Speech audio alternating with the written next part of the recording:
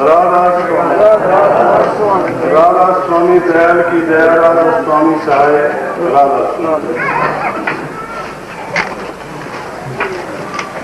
शायद आप लोग इस दृश्य को देख के खुश हुए होंगे, लेकिन मुझे तो ये देखकर रोना आता है। जिनके साथ मैंने पिछले 20 साल गुजारे, जिनका हाथ मेरे कंधे पर रहता था, साथ होते थे,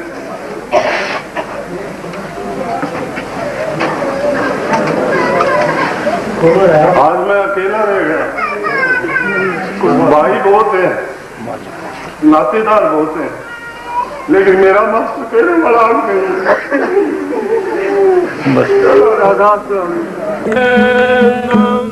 रसायन भरे भरे पीवे, सकृत मर संत जन जीव, नम रसायन भर भर पीवे, हम नाम राम रसन। सर्वप्रथम अपने सतगुरु के चरणों में इस तुच्छ जीव की राधा स्वामी, प्यारी साध संगत राधा स्वामी संगत से निवेदन है कि वो भविष्य में हजूर महाराज परम संत ताराचंद जी को बड़े महाराज जी कहकर संबोधित करे तथा गद्दी नसीन मास्टर कंवर सिंह जी को हजूर महाराज जी के नाम से जाने। बड़े महाराज जी परम संत ताराचंद जी महाराज राधा स्वामी सत्संग दिनोद के प्रथम संस्थापक तथा राधा स्वामी प्रणाली की वंशावली के 5वें संत सतगुरु थे। उनके बारे में मैं साध संगत को कुछ कहूँ, ये मेरी सामर्थ्य से बाहर है, क्योंकि उनकी कुर्बानियों का, महानताओं का वर्णन यदि समस्त शब्दकोश को मिलाकर भी मैं करना चाहूँ तो भी मेरे हिसाब से संभव नहीं है।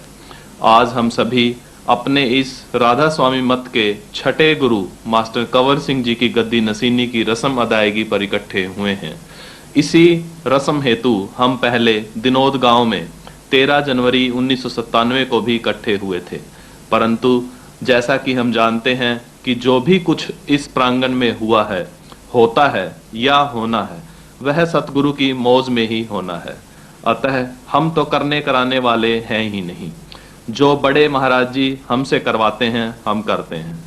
बड़े महाराज जी उन्हीं से काम करवाते हैं जिनसे उन्होंने काम करवाना होता है। आप सभी जानते हैं कि सतगुरु नाम भी केवल उन्हीं को देता है जो केवल उसके जीव है। हम सभी ने महाराज जी की जैसी व जितनी भी सेवा की या दी, उन्होंने हमसे केवल उतनी ही लेनी थी, और इन सतगुरु ने भी हम सभी से केवल उतनी ही सेवा लेनी है जितनी इनकी मौज होगी, क्योंकि हम करने कराने वाले कोई नहीं है। हम तो केवल माध्यम मात्र हैं। हम धुरी पर लगे पहिए की भांति हैं। जिस तरफ भी गाड़ी का मालिक आगे या पीछे जहां भी घुमाता है वह घूम जाता है, परंतु वह घूमता भी तभी है जब तक वह केवल एक धुरी से जुड़ा रहता है। यदि वह एक कील या धुरी को छोड़ देगा तो वह न घूम ही पाएगा, अपितु उसका अस्तित्व भी खत्म हो जाता है। कहाँ तो उसे गाड़ी के रूप में देखा जाता है, कहाँ अब केवल होने पर, अलग होने पर उसे केवल एक पहिए के रूप में ही देखा जाता है। अतः हमें तो केवल अपने हजूर महाराज जी के चरणों में ही रहकर, उनके वचनों में ही रहकर, उनके वचनों का पालन करके उनकी गाड़ी का पहिया बनना चाहिए।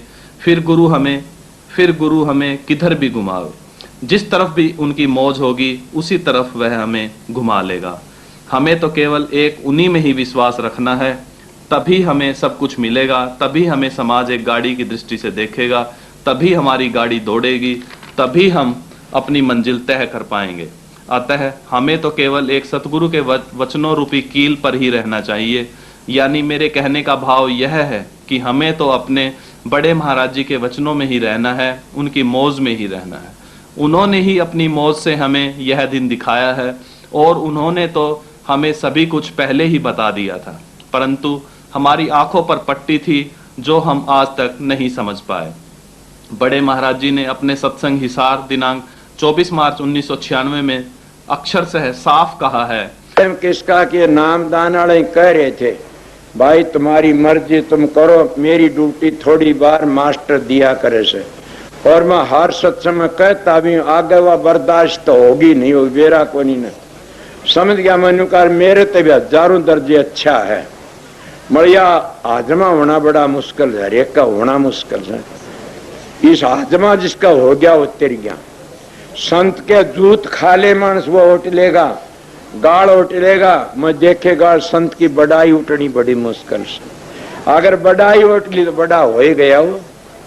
संतों चढ़ा नजर होया बजर के नामदान का टेम दिया तो थोड़ी बार यही ड्यूटी करेगा। आने वाला सतगुरु मुझसे भी अच्छा होगा, उसे सभी सत्संगी एक साथ नहीं देंगे, और जो साथ देगा, जो उन्हें समझेगा, उनका बेड़ा पार हो जाएगा। बड़े महाराज जी ने इतना स्पष्ट कहा है कि कहने में कसर ही नहीं छोड़ी। कमी तो हमारे में ही थी जो उनकी मौज को नहीं समझे। उन्होंने कितना साफ व स्पष्ट कहा है कि मास्टर कंवर सिंह जी को जो समझ जाएगा वही अपने घर चला जाएगा, उसी का जीवन सफल हो जाएगा। तो हमें तो उनको ही उनका रूप समझना है। शिष्य गुरु को समझ ही क्या सकता है। शिष्य का गुरु को समझना सिर्फ इतना ही है कि वह अपने आप को गुरु को पूर्ण समर्पित कर दे। गुरु को समर्पित होने पर, एक धुरी पर लगने पर ही हमारी गाड़ी, हमारा सत्संग, हमारा भजन बनना है। अतः हम सभी साथ संगत को अपने गुरु को सिर्फ अपने आप को समर्पित करना है, यानी केवल उनके वचनों आदेशों पर ही रहना है। यह कहना चाहिए कि हमें कोई कुछ भी कहे, हमें तो केवल तभी घूमना है, हमें तो केवल तभी चलना है जब हमारे गुरु सतगुरु आदेश दें। तभी मंजिल मिलेगी, तभी उस राधा स्वामी धाम पहुंचेंगे, अन्यथा नहीं। बात बहुत लंबी बढ़ती जा रही है, समय बहुत कम है। अतः अब मैं अपने छोटे मुंह से अपने सतगुरु की क्या बड़ाई करूं, जब हमारे सतगुरु बड़े महाराज जी ने ही इन्हें अपने से कहीं अच्छा कहा है, तो इनका वर्णन करना मेरे बस की बात नहीं है। इनके बारे में तो संगत पहले से ही सब कुछ जानती है, मुझसे भी अधिक अच्छी तरह जानती है। इन्होंने अपने आप को जो बड़े महाराज जी को समर्पित किया, उसका कोई मुकाबला नहीं है, उसकी कोई तुलना नहीं है।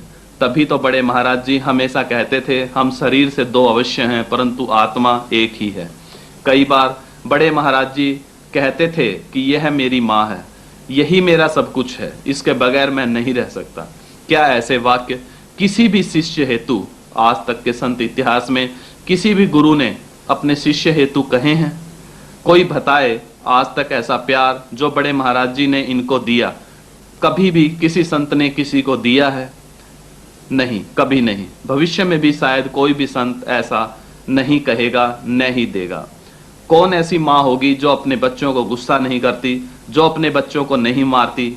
माँ बच्चे को मारती या गुस्सा भी इसीलिए करती है ताकि उससे कोई भी कमी ना आ जाए।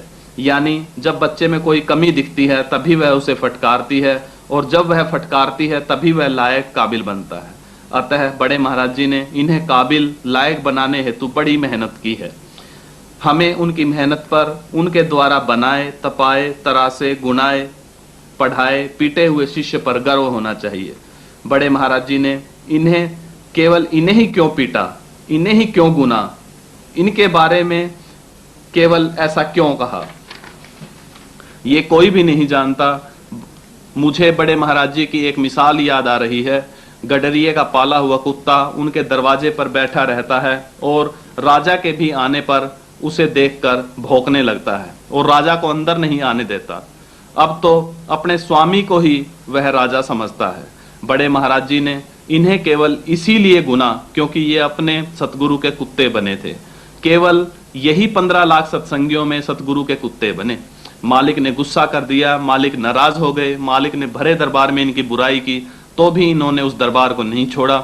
मालिक ने रोटी नहीं पूछी 2 दिन, 3 दिन, 4 दिन, तो भी उनका साथ नहीं छोड़ा, उनकी सेवा नहीं छोड़ी, चुपचाप पड़े रहे। एक कुत्ता ही केवल ऐसा जीव है जो भूखा रहेगा, मालिक की मार खाएगा, फिर भी मालिक को छोड़कर नहीं जाएगा। अतः हम सभी को संत सतगुरु का कुत्ता बनना चाहिए ताकि हम बड़े महाराज जी के बनाए उपवन, उनके द्वारा बनाई गई सभी शाखाओं और उनके बताए मार्ग पर सही दौड़ सकें तथा अपना जीवन सार्थक बना सकें। हमें बड़े महाराज जी के वचनों को ही सभी कुछ समझकर, उनके दिखाए मार्गों को ही सही मानकर उनके आदेशों का पालन करना चाहिए। संत सतगुरु की मौज को समझ पाना किसी के लिए भी संभव नहीं है। बड़े महाराज जी ने अपनी रूहानी दौलत को जिस तरह दोनों हाथों से खुला लुटाया है, उसकी दुनिया में कोई मिसाल नहीं मिलेगी। अब अधिक कुछ न कहकर हमें आज यह प्रतिज्ञा करनी चाहिए कि हम बड़े महाराज जी की मौज को समझें, उनके द्वारा तराश कर दिए हीरे की कीमत को जानें तथा अपना जो प्रारूप हमें बनाकर दे गए हैं उसमें उनके दर्शन करें। तभी हमारे अपने जिस उद्देश्यों हेतु हम यहाँ आए हैं, आएंगे, पूरा पा सकेंगे। राधा स्वामी। राधा स्वामी दयाल की दया, राधा स्वामी सहाय, राधा स्वामी। उपस्थित बुजुर्गों, माताओं, बहनों और भाइयों, सभी सत्संग प्रेमियों, ये हमारा वार्षिक सत्संग का दिन है। एक वो दिन होता था जब हजूर आपके सामने होते थे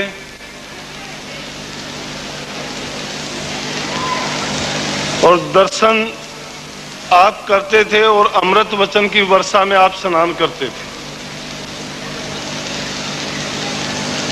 मैं ना कोई ज्ञानी, ना विद्वान हूं और ना ही संत मत की लाइन में मैंने कोई कमाई की है।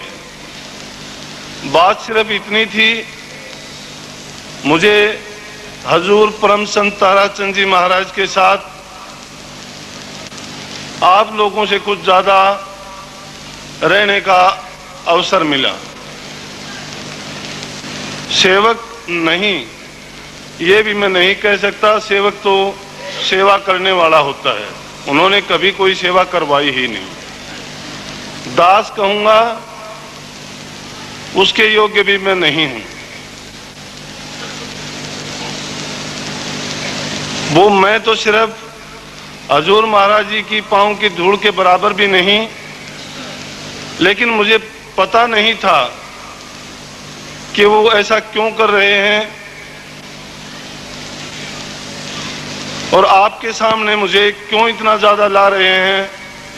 अगर मुझे पहले पता होता तो मैं शायद इस संत मत से भी दूर चला जाता। लेकिन अब बात आ ही गई है, हजूर महाराज जी के आदेश को इनकार न मैं कर सकता हूं न आप कर सकते हो। और फिर आप प्रेमियों की जिद, हजूर महाराज जी के आदेश पर ही आप अटल रहे। मैं उस अवसर को टाल देना चाहता था, लेकिन फिर भी आप सब ने मुझे इस काम के लिए अगर मजबूर किया है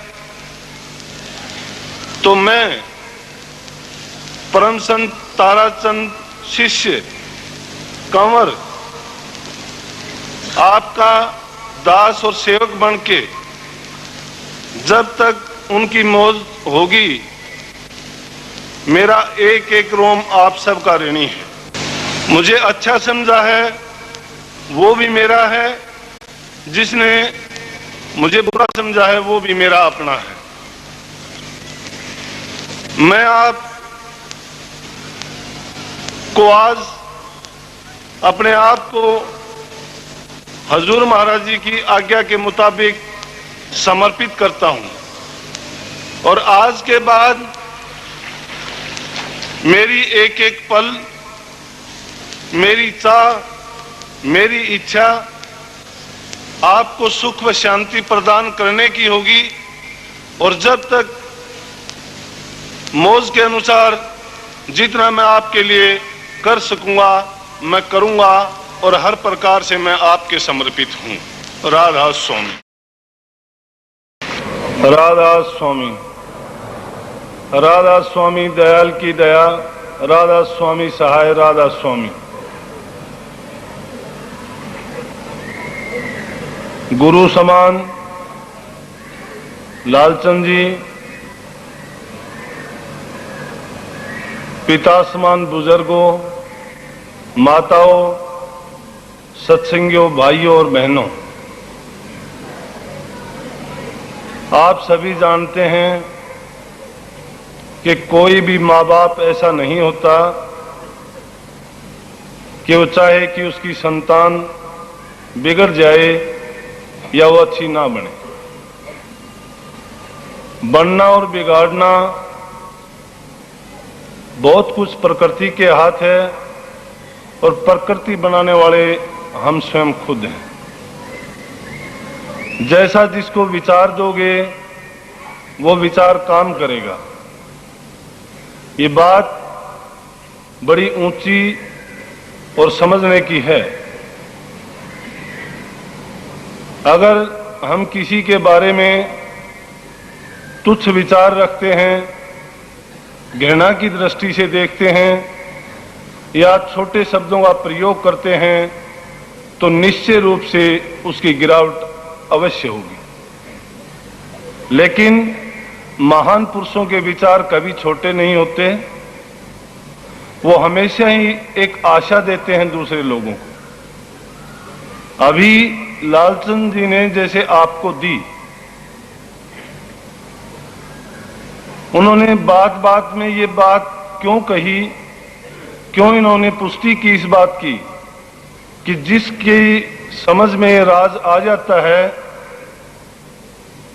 इस प्रकृति के खेल का, जिसमें रचना रची है 84 लाख योनियों की। इंसान से उत्तम कोई चोला नहीं होता और इसी में इंसान उस ज्ञान को प्राप्त कर सकता है जो 20 मिनट के अपने सत्संग में जो लालचंद जी ने दिया। यही बात एक समझने की है और वो जिसमें समझ आ गई उसको ना किसी भजन की जरूरत है, ना गुरु पीर की जरूरत है उसको, ना किसी साधन अभ्यास और योग क्रिया की जरूरत है। बात सिर्फ समझने की है, लेकिन हम समझने की तो कोशिश करते ही नहीं। ये तो इनकी बात चली थी, इसलिए मैंने ये विचार दिया। आप जानते हैं कि ना मैं कोई ज्ञानी, ना अभ्यासी हूं, ना योगी हूं। इन्होंने तो पुत्र समान मुझे समझ के जो आदर और मान दिया है वो सिर्फ आपके लिए दिया है। इन्होंने आपके हौसले बुलंद किए हैं, क्योंकि जो 3 महीने से आपके दिलों पर आघात था उस घाव को मरहम पट्टी लगाई है इन्होंने।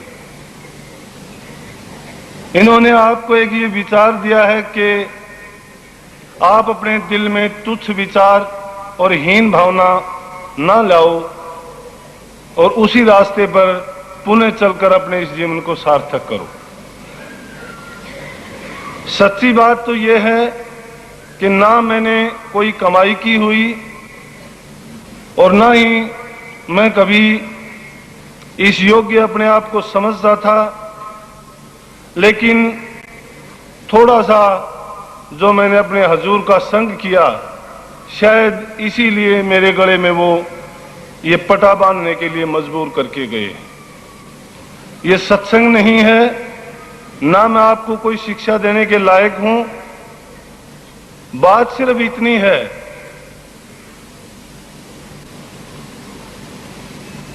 कि रोने के लिए मुझे मजबूर करके गए हैं। सत्संग नहीं होता इस जगह पर आने के बाद में, सिर्फ इंसान का जिंदगी में रोना ही बाकी रह जाता है। मैं आपके सामने अगर आंखों से आंसू बहा के दिखाऊं, बहुत लोग मैंने ऐसे देखे। मेरी बात को आप बुरा ना समझना, हजूर का सत्संग होता था, मैंने इतने बड़े बड़े सत्संगियों को देखा कि एक टक लगाए हुए उनके मुखमंडल की ओर देखते रहते थे। आंसुओं की धारा निकलती रहती थी और उंगलियों से लेके कूणियों तक के उनके हाथ जुड़े हुए होते थे। लेकिन इस दौरान में जो उन लोगों का खेल देखा, तो मुझे तो शर्म जरूर महसूस होती है, उनको तो शायद उस बात में मजा ही आया होगा। मैं उस परम संत का शिष्य हूं, मुझे ना कोई बात कहने में कभी संकोच रहा और ना होगा। बेशक आप उस बात का बुरा माने, संतों ने यही रास्ता अपनाया है, चाहे वो किसी को बुरी लगे तो उस रास्ते को छोड़ देगा, लेकिन इस स्थान पर आने के बाद में भी अगर वो सच्ची नहीं कहेगा तो खुद पाप का भागी होगा। ये देश इकट्ठा करने से, ये लोगों का समूह जोड़ने से उसका नाम ऊंचा जरूर हो जाएगा, लेकिन वो इस संसार से पार नहीं होंगे। उनका साधन अभ्यास कहां गया उन लोगों का जिनका अभी बिना नाम लिए बेनाम से लालचंद जी ने बखान कर दिया।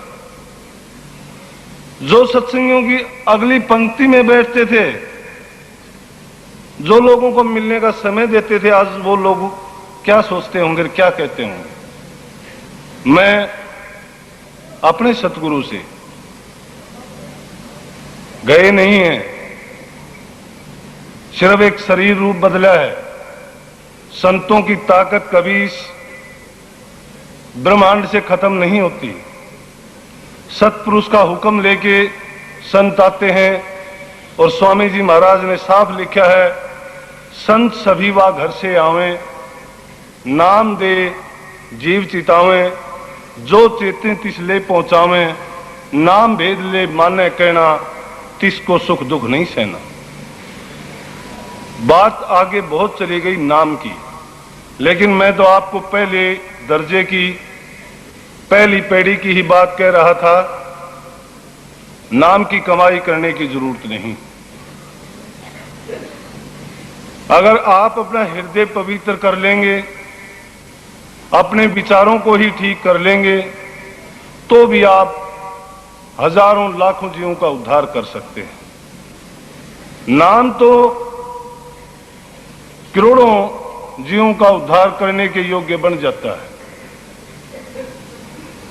गुरु और गुरुमुख का हमेशा से ये सिलसिला रहा। गुरुमुख उसी को कहा जाता है जो गुरु की बुराई ना सुने, लेकिन जो खुद गुरु की बुराई कर दे, आप उसको सत्संगी कहोगे? क्या आप उसको गुरुमुख कहोगे? क्या आप उससे किसी धर्म संप्रदाय का अनुयायी कहोगे? मैं तो उसको मनुष्य योनि में भी एक भार समझता हूं। चाहे ये मेरी बात आपको कड़वी लगेगी, लेकिन मैं कहने के लिए मजबूर हूं। मुझे पता नहीं ना मैं ये बात आपको कहना चाहता था, और क्यों ये विचार मेरे मन से निकल रहे हैं, और क्यों मैं ऐसी बातें आपको कह रहा हूं। लेकिन अगर कोई ऐसी बात है भी, तो मैं आपसे आशा रखूंगा कि बच्चा समझ के आप मुझे माफ करेंगे। लेकिन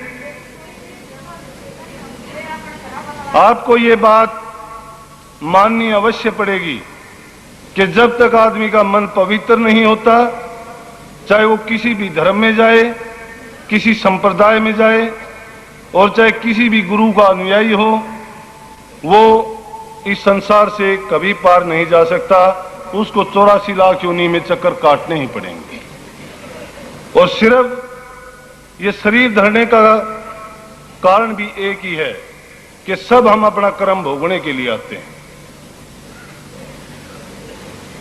लेकिन ये रास्ता है विश्वास का। जैसा अभी आपने सुना था, और वही विश्वास आपको देके गए हैं। संतों ने कभी नहीं कहा कि मैं ये हूं, मैं वो हूं, ना। इशारे में कह देते हैं। जो समझदार जीव होते हैं और जिनको अपने उद्धार की लालसा होती है, जो डरते हैं 84 लाखों जन्मों के दुखों से, नरकों में जाने से और वो कष्ट भोगने से, तो वो कोशिश करते हैं उस मंजिल को पाने की। लेकिन जिसको कोई भी जरूरत नहीं है, पशुओं को पीटते हैं, ज्ञान तत्व उनमें कम होता है, लेकिन हम उनसे भी गिरे हुए हैं।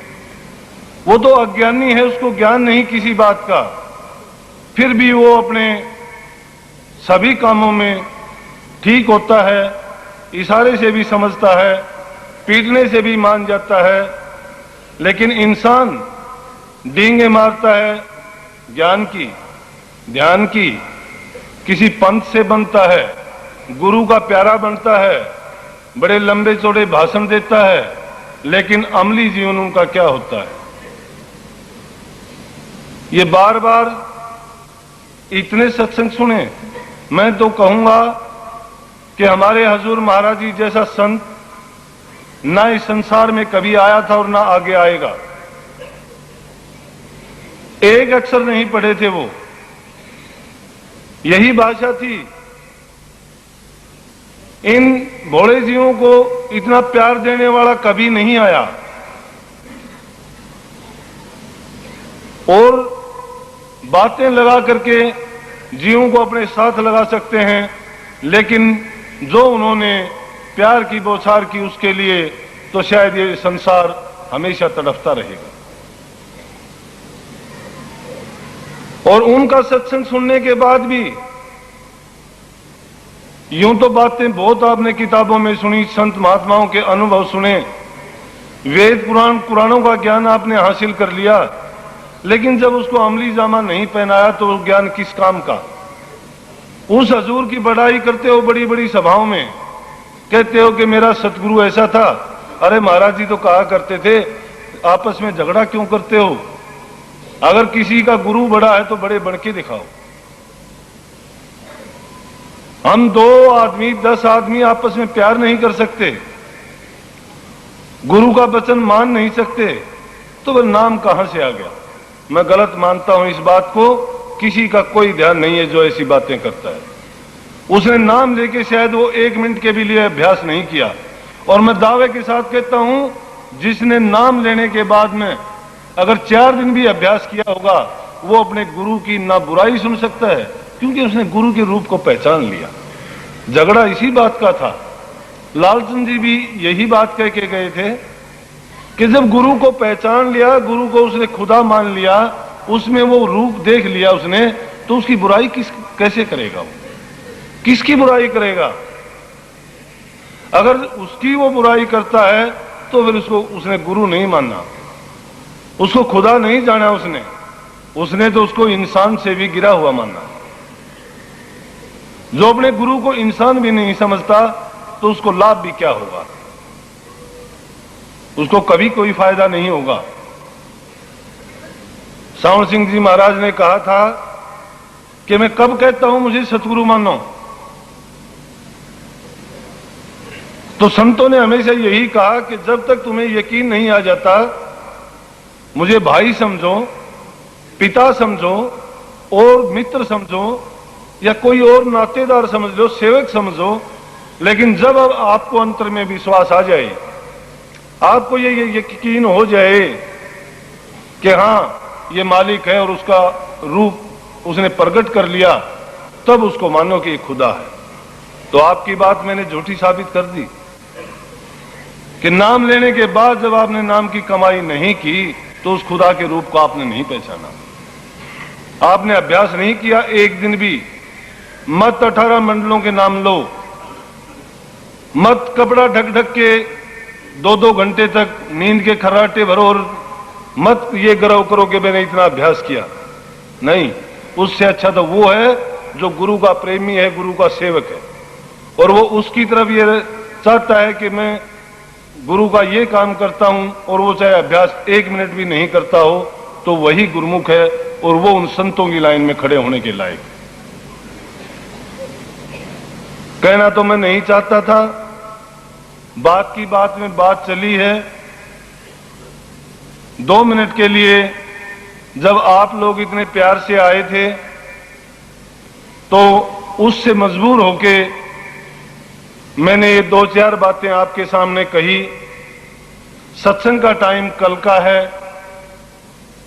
कल दिन में जैसा भी राजीव जी प्रोग्राम के अनुसार बताएंगे उसके अनुसार सत्संग होगा,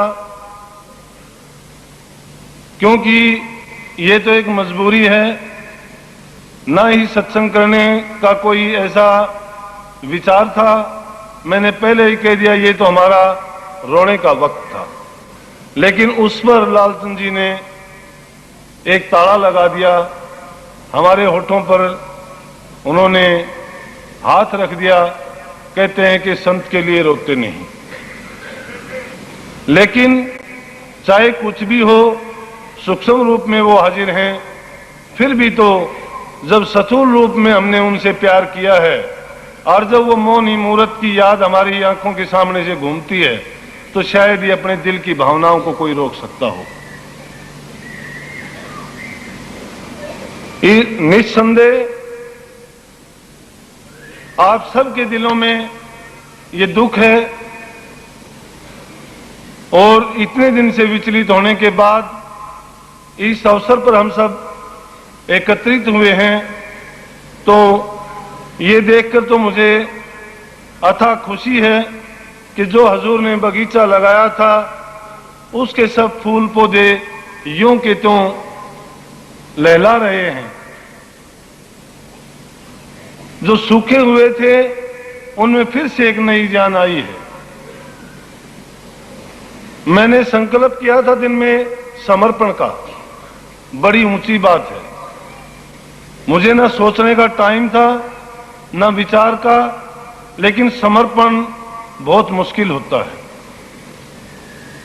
मैंने सिर्फ इतनी बात कही थी कि जब तक इस शरीर में प्राण रहेंगे, मैं आपके लिए अगर कोई काम आ सका तो मैं अपने आप को आपसे कभी जुदा या अलग नहीं कर पाऊंगा। और मैं आप सबसे यही आशा रखूंगा